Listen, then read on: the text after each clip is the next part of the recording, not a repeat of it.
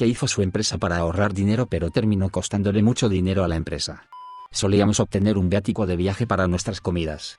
La mayoría de la gente comería barato, como obtener un desayuno gratis en el hotel y obtener un pay de $5 y dividirlo para el almuerzo y la cena y depositar el resto. Viajé mucho, así que fue como un buen beneficio. La compañía se enteró de esto y cambió su política para que tuviéramos que comprar y gastar todas nuestras comidas. El problema era que tenían que tener la misma política para todos los empleados, por lo que no podían poner un límite a las comidas debido a que los vendedores tenían que sacar clientes y esas cosas. Lo aprovechamos al máximo y comimos como reyes. Mis gastos de comidas eran el doble de lo que pagaban en viáticos. Despedir a un grupo de personas veteranas para que puedan traer trabajadores más nuevos por menos dinero. Se dan cuenta de que no pueden traer gente más nueva a un precio más bajo, por lo que contratan a gente más nueva por casi el mismo precio que los trabajadores veteranos. Los trabajadores veteranos están enojados porque tienen que entrenar a alguien que gana casi lo mismo que ellos sin experiencia y comienzan a irse. La empresa tiene que pagar a menos trabajadores veteranos restantes, incluso más, para que se queden, mientras paga a los trabajadores sin experiencia cerca de lo que ganaban los trabajadores que acaban de despedir. Que yo sepa, antes de los despidos, los trabajadores veteranos ni siquiera se quejaban del salario. Ahora el departamento está en peor estado y más caro de lo que era antes de su plan para ahorrar dinero. Algo muy similar le sucedió a nuestro departamento cuando yo trabajaba como ajustador de daños materiales de automóviles en una importante compañía de seguros. Un contador pensó que podría ahorrarle dinero a la compañía si se deshacían de alrededor del 30% del personal en las oficinas y mantenían el mismo servicio. Entonces, en toda la compañía, los ajustadores de seguros terminaron siendo despedidos porque esos imbéciles pensaron que podían cerrar 20 reclamos por día. Lo que olvidaron decirles a los contadores de frijoles fue que la razón por la que las personas seguían pagando nuestras primas era porque procesamos de 12 a 15 por día con un servicio de primer nivel. Así que las personas que se quedaron recibieron de 20 a 25 reclamos por día, y tuvieron que cerrar aproximadamente la misma cantidad, pero eso no es realmente posible porque los reclamos de seguros son un desastre que necesitan ser mimados, arreados y gestionados, especialmente en áreas remotas o rurales. Al final, me dijo uno de los muchachos que trabajaban ahí que perdieron alrededor de un tercio de sus cuentas comerciales y las reseñas bajaron. Estábamos marcando una diferencia en la satisfacción del cliente y las personas que tenían reclamos. El techo de nuestro edificio estaba goteando mucho. Obtuvieron cotizaciones para cambiar solo un tercio del techo y para hacer un techo completamente nuevo. Eligen hacer un tercio del techo. Todo lo que hizo fue mover la gotera. Un mes después hicieron todo el techo. Habrían pagado mucho menos si lo hubieran hecho bien la primera vez. Posponer intencionalmente el mantenimiento es una de las medidas de reducción de costos más tontas. Es una señal tan obvia de una empresa a punto de quebrar o de una empresa que ha sido comprada por un fondo de cobertura que se hizo cargo de una empresa para expandir agresivamente su base de clientes rápidamente y al mismo tiempo reducir los costos para que puedan mostrar un aumento masivo en la rentabilidad y el alcance. Después de 5 años, pueden vender la empresa para obtener una gran ganancia justo antes de que la falta de mantenimiento y otras mierdas de reducción de costos lleguen al techo y destruyan todo. Quitar el sistema de aire acondicionado para ahorrar en costos de electricidad durante el verano. Tuvieron que pagar más de $500,000 en costos de daño por moho. Idiotas de mierda. Mis padres solían ser dueños de un B&B.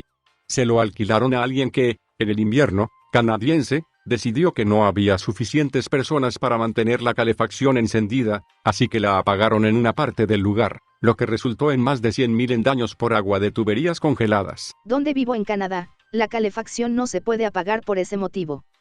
Por ejemplo, si no pagas su factura de gas, no pueden cerrarla. Porque si se te revientan las cañerías y vives en una casa adosada, estás dañando otras casas. Su horno aún puede romperse o apagarse. Simplemente no pueden eliminar su capacidad para calentar su hogar. El viajero de negocios debe volar al aeropuerto más cercano al destino. ¿Está el aeropuerto a 2 kilómetros más cerca del destino que el aeropuerto B? Sí. ¿Los billetes de avión son el doble de caros? También sí. Mi esposo ha estado viajando por su trabajo por más de 20 años. La cantidad de reglas estúpidas que parecen ahorrar dinero, generalmente aplicadas por personas ajenas al departamento, es asombrosa. Lo mejor / peor fue cuando una empresa llegó a un acuerdo con una cadena de hoteles, por lo que tuvo que quedarse en esos lugares. El dinero ahorrado en la tarifa de la habitación se desvaneció por los costos del alquiler de automóviles, los servicios de transporte en automóvil, las tarifas de estacionamiento, el tiempo perdido en los desplazamientos, los vuelos perdidos, etc.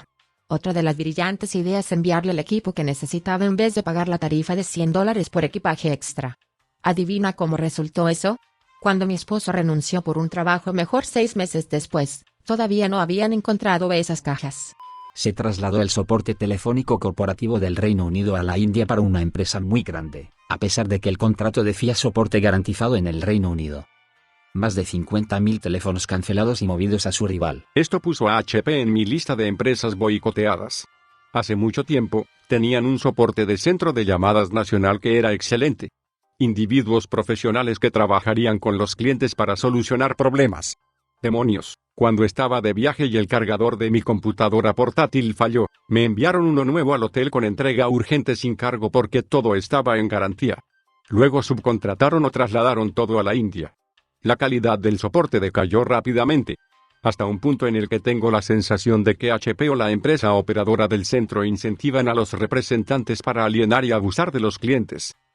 La última vez que traté con ellos estaba tratando de obtener reparaciones de garantía en una computadora portátil debido a un problema con la pantalla, algún problema con la bisagra y el cableado que entra a la pantalla. El tipo en la línea estaba enojado y repetidamente tratando de acusarme de derramar líquidos en la computadora portátil solo para anular la garantía. Incluso al final de la llamada me amenazó con si encontramos algún daño por líquido, le cobraremos. Y las reparaciones no estarán cubiertas. Pagar menos a las enfermeras, por lo que renunciaron y tuvieron que pagar a la agencia el triple de la tarifa vigente. Eso es por diseño. Un donante del partido es dueño de la agencia que proporciona a las enfermeras y la agencia recibe un porcentaje de los salarios de las enfermeras como honorarios. Casi como si fuera una estafa financiada por los contribuyentes y sancionada por el gobierno para apoyar a los buscadores de rentas parasitarias, que se hace pasar por un mercado libre. La empresa llevó a cabo una campaña de ideas fuera de la caja en la reducción de costos, con premios en acciones por ahorros comprobados. Nuestro gerente de mantenimiento de instalaciones reclamó un ahorro de $300.000 al eliminar repuestos de capital innecesarios en el almacén y recibió un premio de $30.000. 6 meses después, un compresor crítico falló, lo que provocó que la planta se redujera a la mitad de su capacidad con una pérdida de ganancias de $500.000 por día. La reparación solo tomaría 2 días, sin embargo, las piezas ya no estaban en el almacén. Estuvieron entre los eliminados y vendidos como chatarra. Se necesitaron 90 días para recibir reemplazos. La pérdida total para nuestra empresa fue de poco más de 50 millones. Trabajo en mantenimiento y esto es divertidísimo. Tuve una situación similar en mi último trabajo. Una nueva compañía compró ese lugar y envió gente para revisar todo. Determinaron que nuestra sala de repuestos tenía 2 millones en repuestos y que eso era demasiado dinero para estar sentado. Nuestro inventario fue recortado. Teníamos 5 líneas de producción principales y si una fallaba, eran cientos de miles de dólares por hora en producción perdida. Bueno, efectivamente, COVID jodió la capacidad de obtener piezas de manera oportuna y quemamos nuestro escaso inventario rápidamente. Mucho tiempo de inactividad y pérdida de producción. Incluso si COVID no hubiera sucedido, habría sido un problema. Vi la escritura en la pared con los nuevos señores supremos y encontré pastos más verdes. Solía trabajar en un lugar con un centro de distribución de tamaño considerable. El equipo de recolectores del almacén era un gran grupo de personas. Eran rápidos, extremadamente precisos y muy buenos en su trabajo. Les traía galletas regularmente y me aseguraba de cuidarlas bien. Un día, un maldito loco decidió que estaban ganando demasiado dinero en el pago de incentivos. Recibieron una bonificación por precisión y por entregar más allá de su cuota normal de artículos, por lo que cancelaron el plan de incentivos del recolector y aumentaron su cuota, diciendo es su trabajo, nos están robando pagándoles extra para hacer lo que deberían estar haciendo de todos modos. Las tasas de selección comenzaron a caer drásticamente en la primera o segunda semana, porque el incentivo de ser un recolector excepcionalmente rápido y preciso hizo que el salario base de otro modo horrible para ese trabajo se convirtiera en un salario indigno. El personal del almacén se enfureció porque le robaron su salario y ahora no pueden pagar sus facturas mientras se espera que se desempeñen tan bien como antes, por lo que comenzaron a desempeñarse según la cuota anterior. La gerencia movió mucho el dedo y trató de denunciar a un par de alborotadores por desempeñarse deliberadamente por debajo de lo esperado y perjudicar a la empresa. Esos trabajadores de primer nivel se negaron a firmar los informes, salieron de nuestro almacén, entraron en el almacén de nuestro competidor directo y obtuvieron nuevos trabajos ese mismo día. El resto de los de alto rendimiento siguieron durante las próximas 2 semanas. Las rutas de entrega se retrasaron debido a la escasez de personal y la pérdida de los mejores trabajadores. Los clientes se enfadaron porque recibían los artículos equivocados o no los recibían en absoluto, y el equipo de ventas, al que no se le pagaba lo suficiente como para que le gritaran clientes, estaba furioso. Indiqué una reunión con el equipo de ventas y el maldito imbécil de que procedió a sermonear a todos sobre cómo recoger es un trabajo de nivel de entrada y cualquiera podría hacerlo y cómo van a traer un montón de mano de obra temporal porque realmente apreciarán la oportunidad. Avancé rápido unos meses y resulta que los trabajadores temporales son idiotas y causaron que aumentara la cantidad de errores. Los clientes ahora se están yendo en masa y los vendedores también se están yendo. La empresa perdió millones de dólares en negocios y tuvo que despedir a la mitad del personal porque, de lo contrario, irían a la quiebra. Todo esto porque algún jodido idiota pensó que podía exprimir a las personas en la parte inferior de la pila que realmente hacían el trabajo que hacía ganar dinero a la compañía. Solía ser el jefe de seguridad de un club que tenía los propietarios más tacaños de los que he oído hablar. Seguía diciéndoles que teníamos una escasez peligrosa de personal. La policía les dijo lo mismo. Lo mismo hizo la brigada de bomberos. Dijeron que no éramos suficientes para evacuar el lugar si tuviéramos que hacerlo. También tenían razón. Los dueños no escucharon. El club estaba ganando alrededor de 45,000 por semana, pero no pagarían las radios para que pudiéramos comunicarnos. Tuvimos tantos incidentes allí que fue una locura. Simplemente no éramos suficientes para vigilar todo el club e incluso cuando veíamos algo, no podíamos pedir refuerzos. Encontré un juego de radios de segunda mano por menos de 200 libras, pero se negaron a comprarlos. Terminé comprando silbatos para que el equipo al menos nos diera algo para llamar la atención de los demás. Tampoco pagarían para instalar cámaras, lo que molestó a la policía local. Una noche, un cantinero salió a la puerta y me dijo que había una pelea adentro, que no habría seguridad adentro, solo 2 de nosotros en la puerta. Cuando entramos había alrededor de 60 personas peleando en la pista de baile. Hicimos lo que pudimos pero estaba fuera de nuestro control.